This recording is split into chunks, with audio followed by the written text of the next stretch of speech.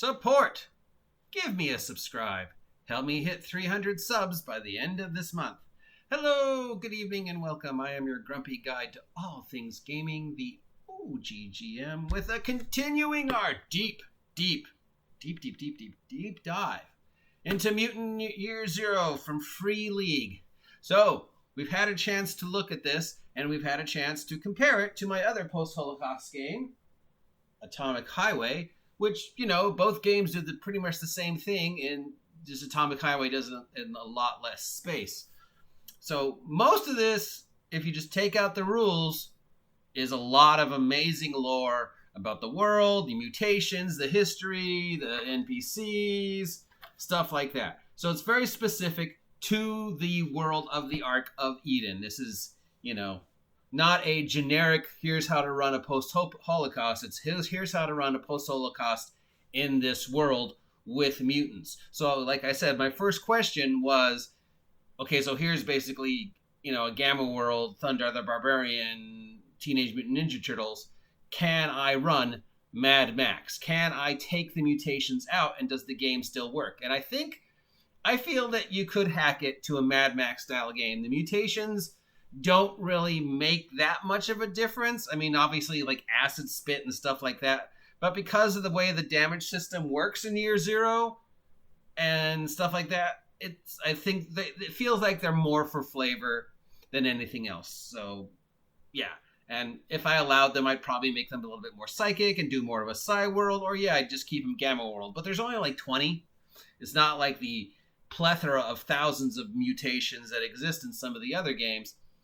So, yeah, I think after reading this for a couple hours and really getting through the rules and comparing it to Tales from the Loop, which, you know, didn't have combat, the combat system is very simple, as much of the things that Year Zero system does, because most of it is on the storytelling. So what combat there is very simple, very quick, very cinematic, very much player-driven. What do you do? How do you do it? Okay, you know, how does your complications and your one thing and all the character stuff affect the combat?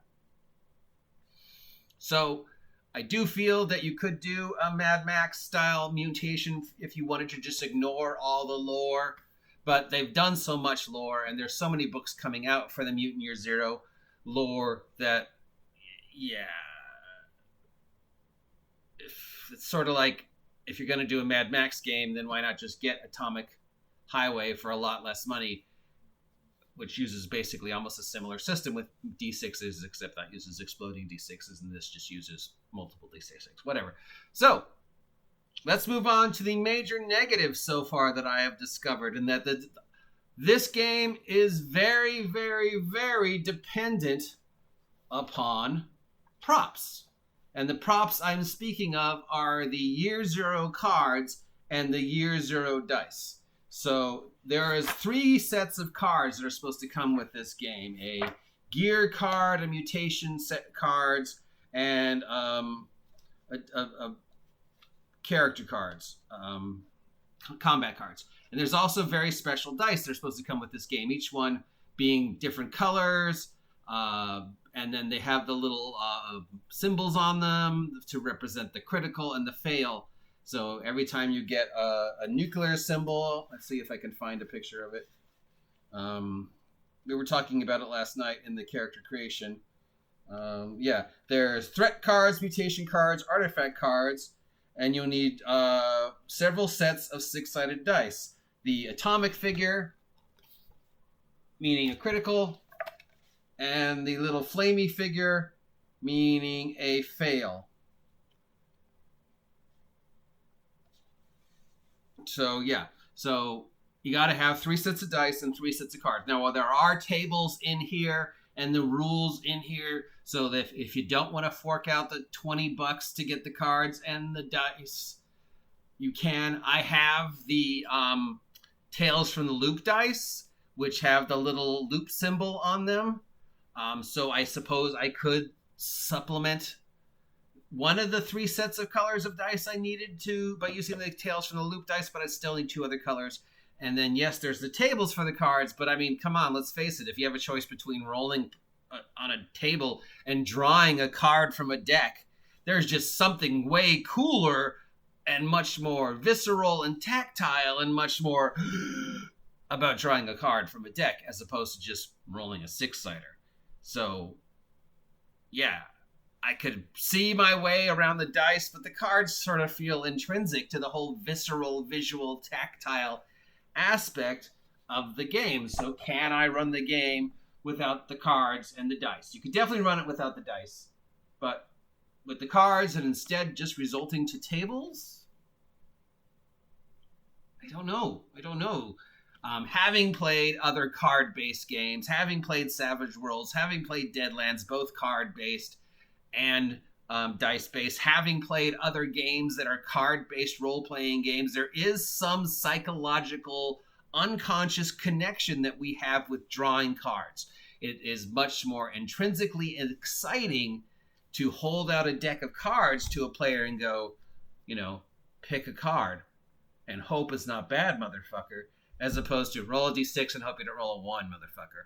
There's just something about drawing that card that is just so linked to fate, chance, gambling, that I don't know if you could do this without the cards. I mean, I'm probably never going to run this, so it really doesn't matter, because there's like no gaming where I live right now, and I don't know if there ever will fucking be gaming again in Ventura. I'm sure as hell probably not going to find anybody who wants to play this when they can play fucking D&D. But yeah, if I did run it and I knew I was going to be running it for a regular basis, I'd probably have to break down and get the cards, because again, there's just something way cooler about drawing that card and going, oh, yes, crit. Or, oh, I drew 0 mutation. My mutation's wildfire. It's another thing. Your mutations can wild surge and do wacky stuff if you use them too much or if things go bad in combat. The last little bit, before we ended tonight, did you know there is a Mutant Zero video game? I did not know until I searched this up. So it's a PlayStation game. I think it's also available on the PC. It's called Mutant Year Zero. And then there's another one that was supposed to come out but got delayed called Mutant Year Zero Into the Vault or something like that. So it's a from what I can gather, it's a top-down isometric team-based, very much like Fallout, Deadlands kind of thing. You get to play some of the mutants. They go on adventures. It's very much Borderlands, Fallout kind of feel. So if you've played Borderlands, except for 76, and you've played Fallout, then you kind of have a general idea of how this game played. I will try and find a link to it and link it down below so if you can see somebody else playing it. So that's our second look at Mutant Year Zero from Free League Publishing. Was it worth the almost $50 I paid for it when I already had a perfectly good post-apocalypse game?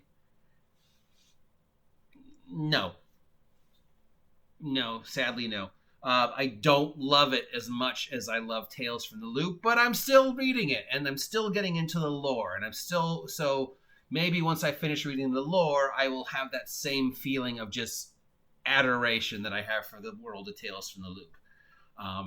Because, yeah, who doesn't love a Mad Max post-Holocaust atomic horror and then throw in some mutations? The big question is, can I run this game as a Mad Max game and not have the mutations? Or can I run this as a Psy-World post-Holocaust and change the mutations so they're more, telepathy, telekinesis, teleportation, mind reading type shit, as opposed to spit acid and I can talk to wood? Who knows? I think so. It feels like, as I said, the mutations aren't that important other than just it fits the flavor of that type of atomic future, that gamma world, Teenage Mutant Ninja Turtles, Thundar the Barbarian, freaky, Star Trek-y aliens and squid people, and I'm a human, but I have one lobster claw. Post-Holocaust, definitely. But if you wanted to do a Damnation Alley, Mad Max type post-Holocaust atomic, Turbo Kid, yeah, you could.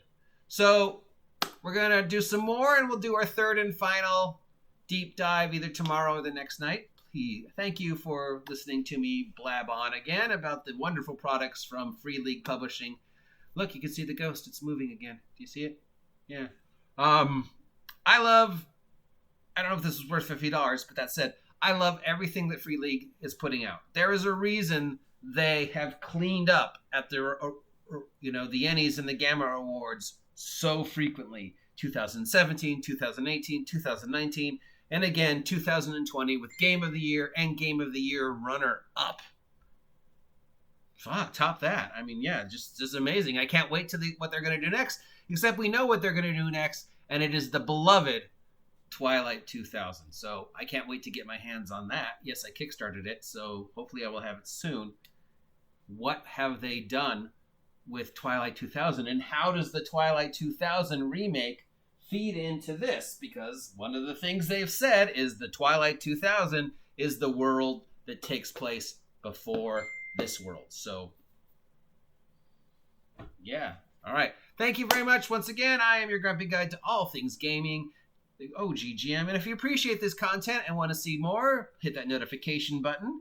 Share this video. Subscribe if you haven't had a chance to subscribe yet, and help me hit 300 subs by Halloween. I don't know what that noise is. Oh, it's the ghost trying to text me, I think. And if you are so willing and have a few extra cents, consider contributing to the PayPal and help me support the future OGGM adventures. Because remember, this right now is pretty much my only job. Till next time, I will talk to you losers later. And remember, stay spooky.